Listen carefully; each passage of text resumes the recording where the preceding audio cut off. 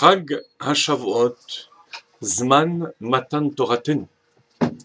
La fête de Shavuot, qui est l'aboutissement de 49 jours d'élévation après la sortie d'Égypte, après la sortie de toutes les barrières du monde, de l'être, et c'est à ce moment-là qu'on reçoit la Torah.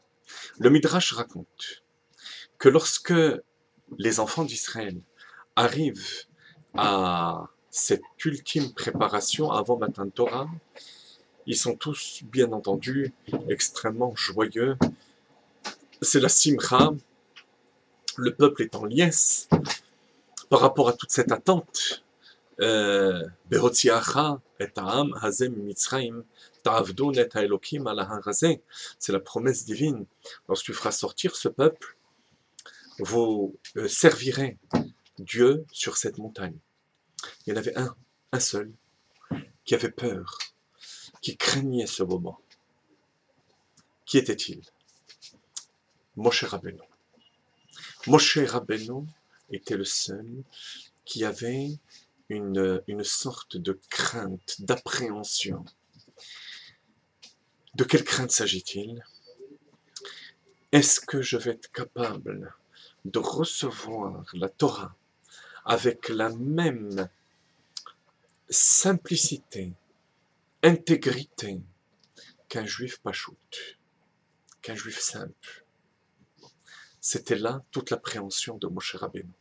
En effet, à chaque fête de Shavuot, à chaque fois qu'on reçoit la Torah, il faut être capable d'arriver au niveau de Naaseh Venishma, c'est-à-dire être capable de recevoir la Torah, Dieu, en annulant complètement son ego.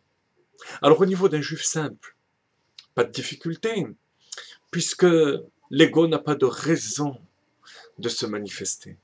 Mais imaginez-vous Moshe Rabbeinu, qui a eu la révélation dans le buisson, dans le désert, par rapport au buisson ardent. Ensuite, qui a fait sortir les bénis Israël d'Égypte, les 10 plaies, les révélations de Dieu. Après tout cela, être capable de mettre sa personne de côté et recevoir la Torah avec pshitut, avec simplicité, c'est ce qu'il nous importe lorsqu'on se prépare à Shavuot, nous aussi. Être capable de recevoir totalement, complètement la Torah. Et d'accepter de nous lier, de nous annuler totalement dans la Kadosh Baruch. C'est à ce moment-là que la Torah est ressentie comme quelque chose de véritablement nouveau. En effet, la Chassidut explique au sujet du pasuk Vehayu hadevarim ha'ele asher anochi metzavecha hayom al levavecha. Ces paroles, les paroles de Torah, asher anochi metzavecha, que je t'ordonne hayom, aujourd'hui. Les paroles de Torah doivent être be'enecha kechadashim, chadashim mamash. Toi, doivent te sembler comme étant véritablement nouvelles.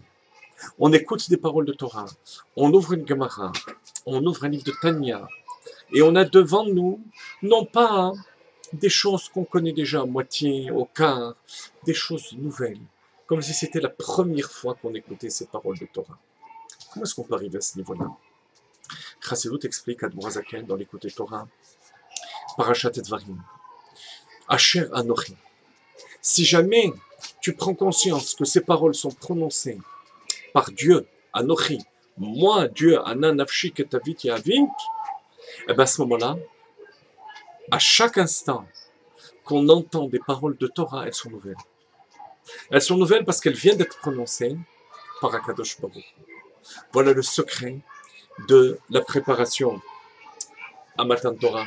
C'est la raison pour laquelle les Chassidim Harishonim avaient l'habitude, pendant les 48 heures de Matan Torah, de dire explicitement Hareni mekabel alay ol Torah.